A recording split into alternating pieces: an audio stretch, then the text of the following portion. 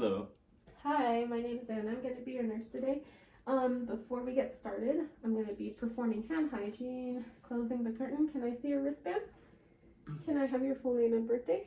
John Ulrich, April 17th, 1993. Do you have any allergies? No. Okay, sounds good. So what we're going to be doing today is a full physical assessment. And before we get started, I'm going to be giving you 4 words. Okay. Apple, bottom, jeans, fur. I'm going to have you recall these later. And yeah, so have you had anything hot or cold to drink in the last 15? No. Okay, so we're going to be doing your oral temperature first. Okay. Open, close, open. Okay, so your oral temperature is 98.6. Can I see your wrist? Other one. Okay. Okay, so heart rate is 80 beats per minute. Respirations are 18 per minute. So now I'm going to be doing your blood pressure.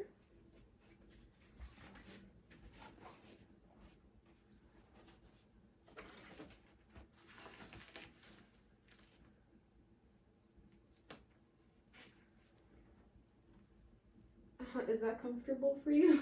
Yeah. Okay.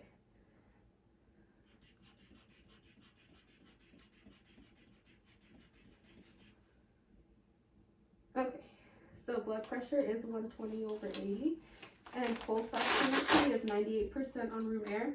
And before we move on any further, are you having any pain today? No. Okay, so we're moving into general assessment.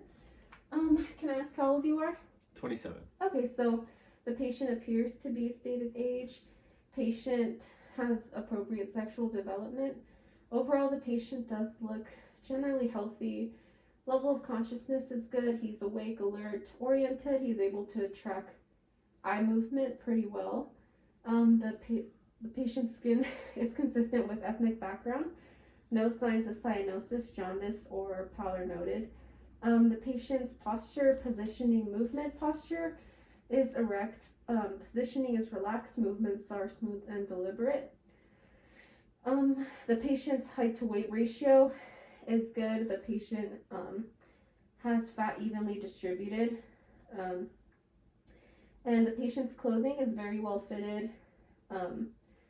It's appropriate for the weather. It's not too big or too small.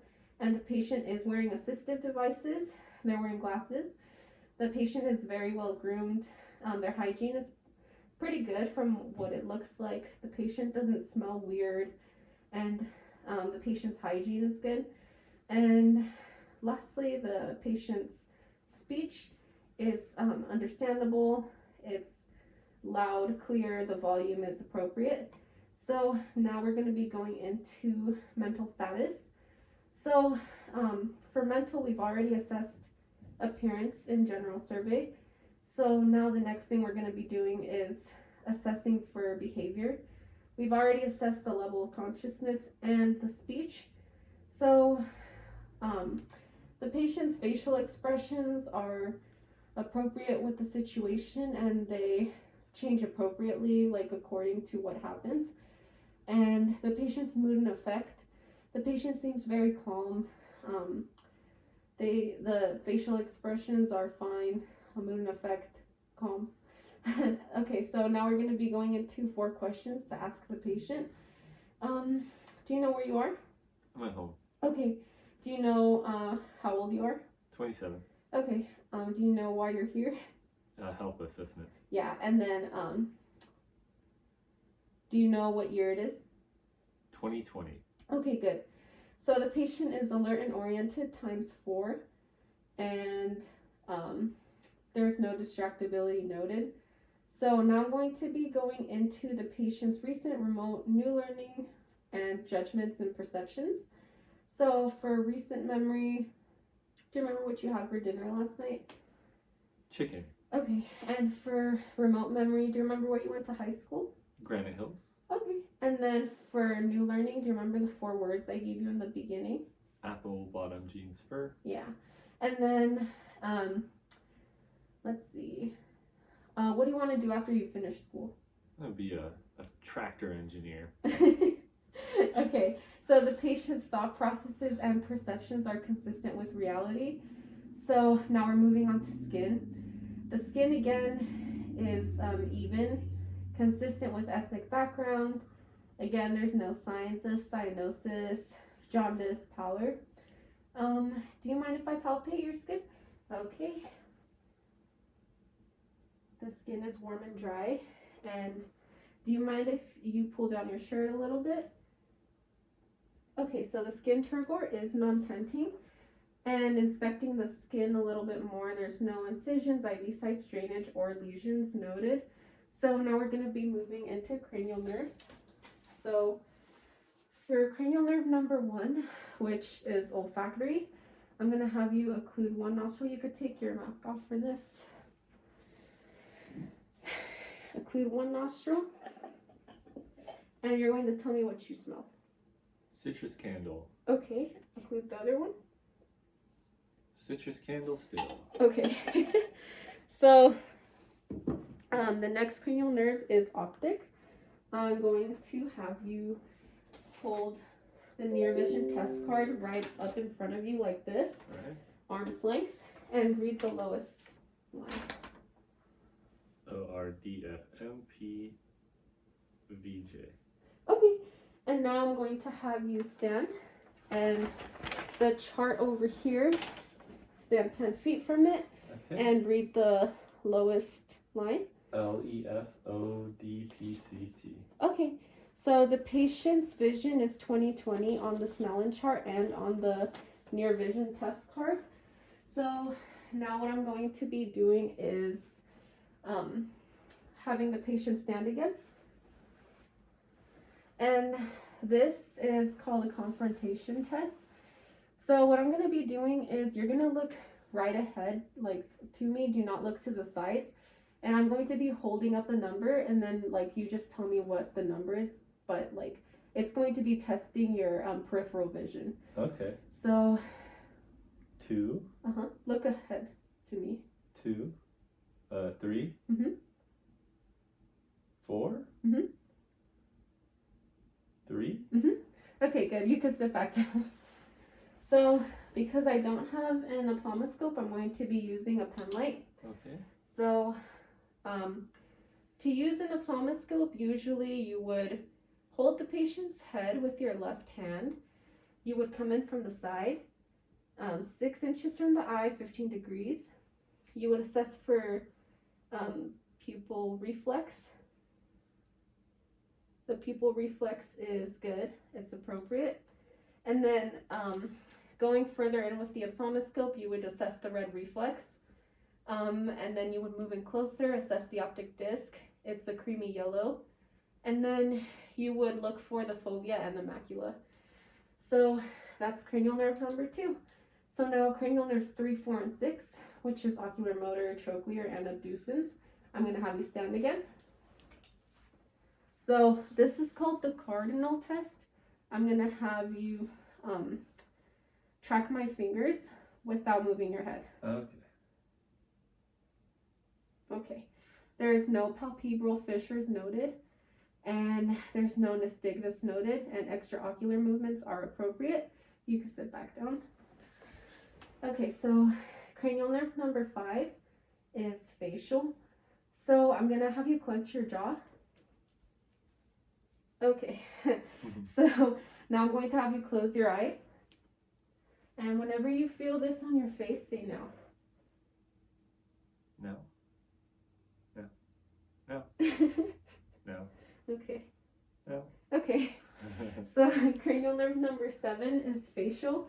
So I'm going to have the patient smile, frown,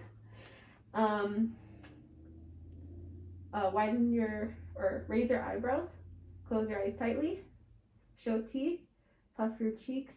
Okay. And then cranial nerve 8 is acoustic. So I'm going to have the patient stand and look the other way. And I'm going to be doing a whispered word test, which is where I just whisper letters and numbers in one ear and then in the other. So B47. 826. okay, so you can sit back down. So now we're going into cranial nerves 9 and 10, which is glossopharyngeal and vagus. So I'm going to be using a tongue depressor, and assessing the gag reflex. Okay, the gag reflex is there, and it's appropriate, and it's been assessed. So now the tonsillar pillars move medially, and the uvula is midline. So now we're going into cranial nerve 11, which is spinal accessory. I'm going to be testing your trapezius and your sternomastoid muscle. So I'm just going to have you shrug, and then you're going to kind of like resist when I push down, okay? Okay, and then phase 2. Okay. Okay, so now going on to cranial nerve 12, which is hypoglossal. I'm going to have this patient stick their tongue out.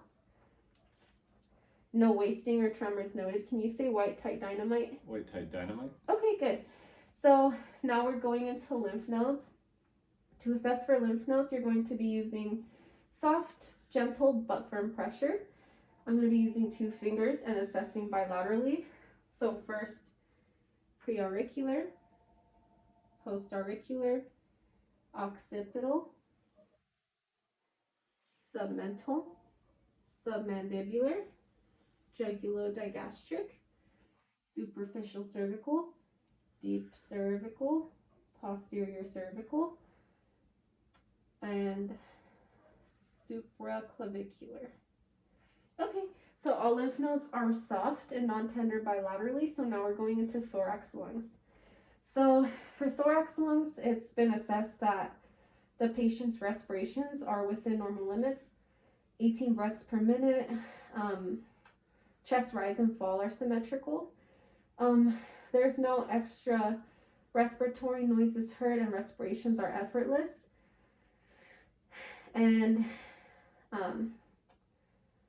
there's no use of accessory or muscles or intercostal bulging or retractions.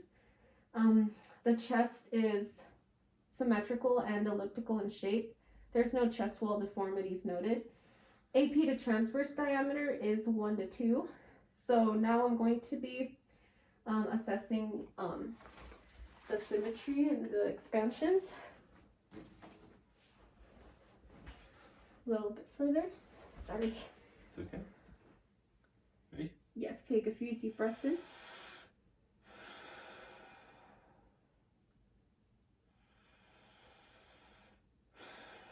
Okay, good. So the expansion is symmetrical, so now I'm going to be doing percussions. And normally for this there is 18, but for the video I'm just going to be doing a few.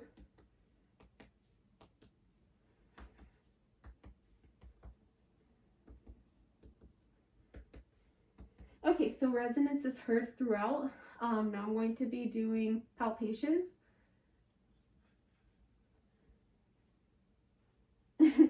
Did you feel any tenderness? No.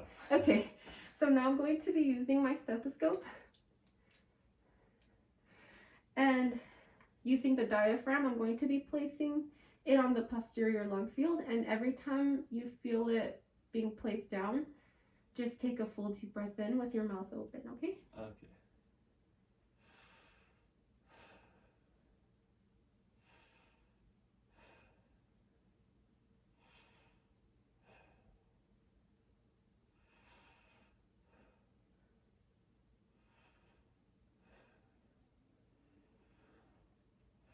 Okay, so now I'm going to be doing the anterior.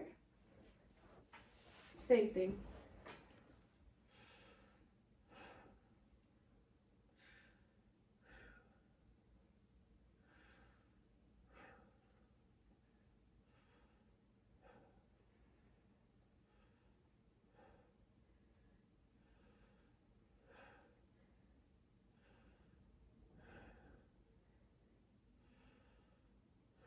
Okay, so all breath sounds, or lung sounds are clear, and there's no adventitious sounds noted. So now I'm going to be assessing the bronchial breath sounds over the trachea and the larynx.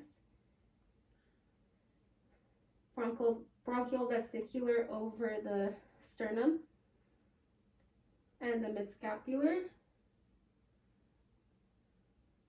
and vesicular over the peripheral lung field.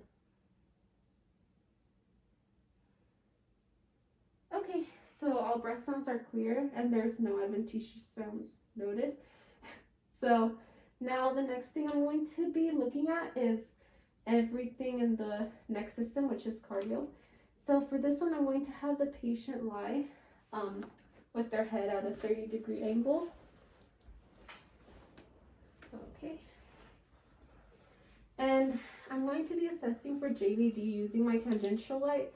So I'm going to have you look to the left. Okay. There's no JVD noted. So now I'm going to be assessing the carotid arteries one at a time, bilaterally. So let's start over here. Okay. Okay, so the carotid arteries are strong and regular bilaterally. So now I'm going to be using my stethoscope again. Using the bell of my stethoscope, I'm going to be assessing for any bruit, first on the angle of the jaw.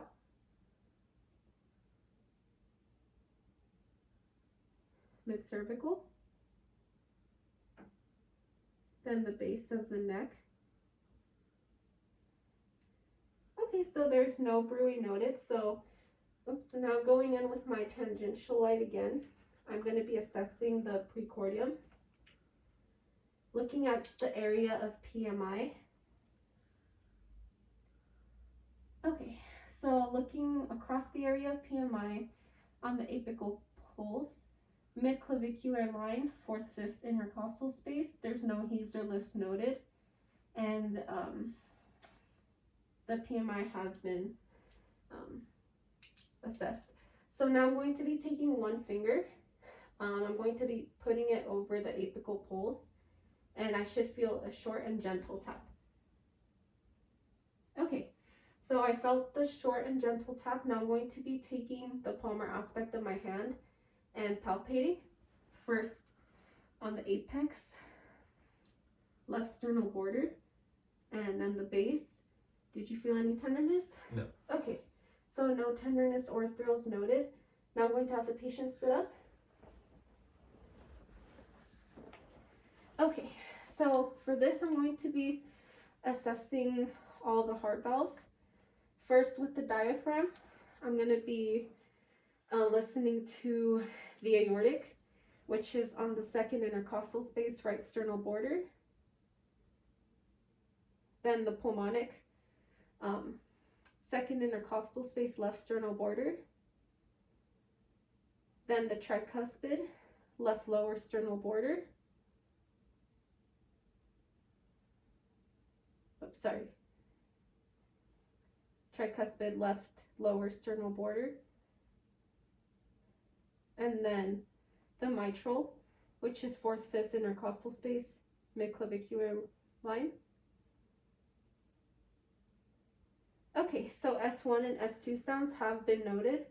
So now using the bell, I'm going to be assessing for extra hard sounds or murmurs, first on the aortic, pulmonic,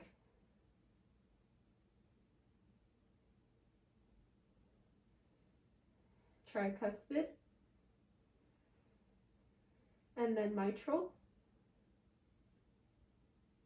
Okay, so there's no extra hard sounds or murmurs, and breathing is regular and strong, and there's no extra anything extra noted. The heart rate is pretty strong, so yeah, everything sounded pretty good. So now we're going to be going into peripheral vascular. So for this, there's two extremities. There's the upper extremities and the lower extremities.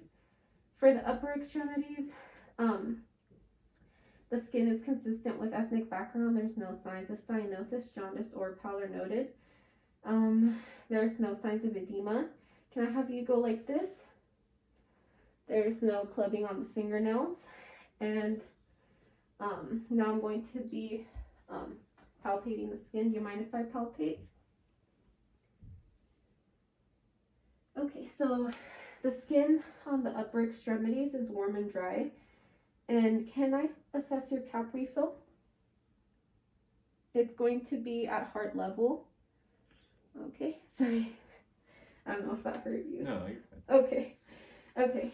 So now that we've assessed all of that, now I'm going to be going into all of the pulse sites. First, brachial. I'm going to be doing this all bilaterally. Radial. And then ulnar. Okay, so all pulse sites are strong and regular bilaterally on the upper extremity. So now looking at the lower extremity, skin is consistent with ethnic background. There's no signs of cyanosis, jaundice, or pallor noted. Hair is evenly distributed. There's no signs of edema, varicosities, or ulcers noted. Do you mind if I palpate? Okay, sorry. Okay. So it's warm and dry. Do you mind if I do cap refill on your foot? No. Okay. Cap refill is less than 2 seconds. So now I'm going to be assessing the pulse sites on the lower extremities using 2 fingers bilaterally. First, femoral, popliteal, posterior tibial, and then dorsalis pedis. Okay, so all pulse sites are strong and regular bilaterally. So now we're going into abdomen. Okay, can I have you lie down? Okay. So yeah, the patient has lifted their shirt up. So using my tangential light, I'm going to be assessing the skin. Consistent with ethnic background, no signs of cyanosis, jaundice, or pallor noted. Their abdominal contour is flat. There's no aortic pulsations. The umbilicus is midline, no signs of hernia or inflammation, and there's no belly button piercing present. So I'm going to be auscultating for active bowel sounds. First, using the diaphragm on all 4 quadrants. First, we're going to be assessing the right lower quadrant, right upper quadrant, left upper, left lower. Okay, bowel sounds are active in all 4 quadrants. So now I'm going to be listening for any bruit above the umbilicus using the bell of my stethoscope. Okay, no bruit noted. Now I'm going to be doing percussions throughout all 4 quadrants in a V formation using the same pattern. So first, right lower quadrant, left upper quadrant, or right upper quadrant, and then left upper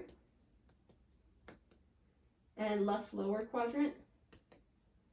Okay, so tympani is heard throughout all 4 quadrants. So now I'm going to be doing percussions. The first percussions I'm going to be doing are 1 to 3 centimeters deep. First, they're going to be light palpations. Sorry.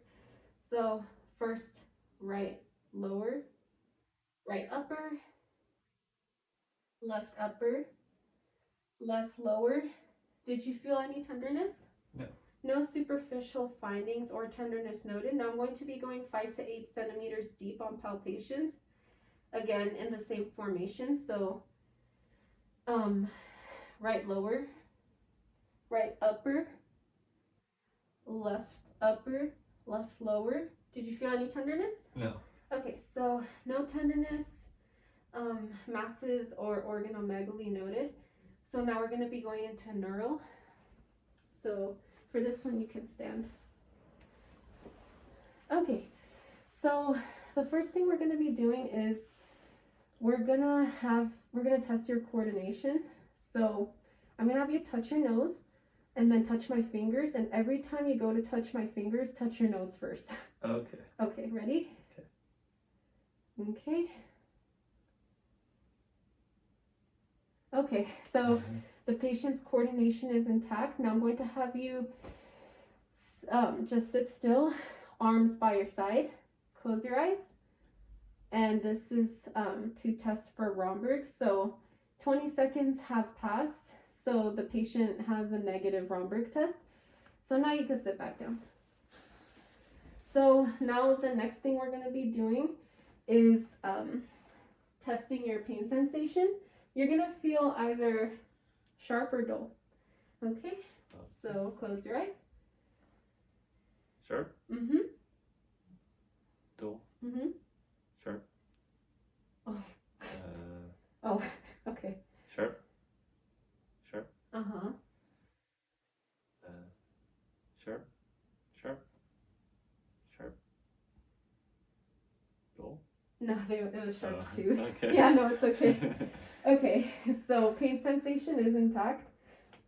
So now I'm going to be assessing the major landmarks of the spinal nerve dermatomes. So the first one being the thumb, middle finger, and the pinky.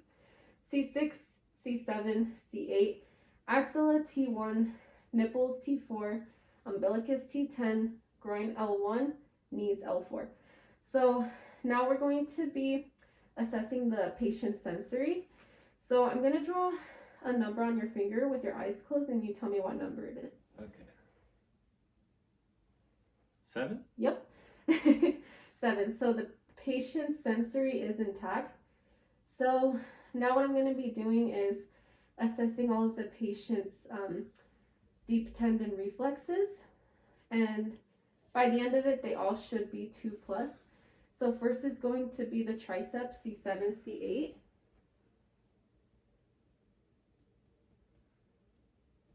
Okay.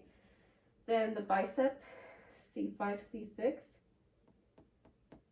Okay.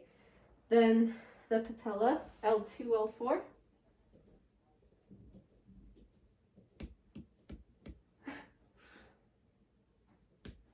Oh, sorry. And then the Achilles, which is L5 to S2. Okay, so all deep tendon reflexes are 2+ bilaterally. So now we're going to be going into head, face, and neck. So for the head, it's normocephalic, midline, and still. The hair is evenly distributed. It's brown. The texture is very fine. And there's no infestations noted. So looking at the facial features, they're all symmetrical. So now I'm going to be doing palpations first on the head. Do you mind if I touch your head? Okay. Do you feel any pain? No. Okay, so there's no tenderness, deformities, or lumps noted. And now I'm going to be palpating the temporal arteries. Do you feel any tenderness? No. Okay, sounds good. So the patient doesn't have tenderness and the temporal arteries are soft and non-tender bilaterally. Now I'm going to be palpating the TMJ. Open and close your jaw. Okay, so the temporomandibular joint is freely movable with no crepitus noted. So the next thing I'm going to have you do is move your head side to side and then in a full circle. Okay, so the patient's neck is freely or has a full range of motion with no limitations. And then I'm going to be palpating the trachea area on the neck. Do you feel any pain or anything? No. Okay, so the patient's trachea is midline with no deviation noted and no tenderness. And that's pretty much the end of our assessment. If you want, you can get comfortable. Mm-hmm. So I'm gonna raise 3 of the side rails. I'm going to be lowering the bed to make sure the patient is comfortable and to make sure it's at a lower level. I'm going to make sure the brake is on, and I'm going to leave the call light here for you. Do you know how to use the call light? Yep. Okay, sounds good. And do you have any questions for me? No. Okay, sounds good. So thank you so much for your time. And if there's anything you need, use the call light. And thank you very much. So that's about it. So performing hand hygiene, and I'm done. Oh.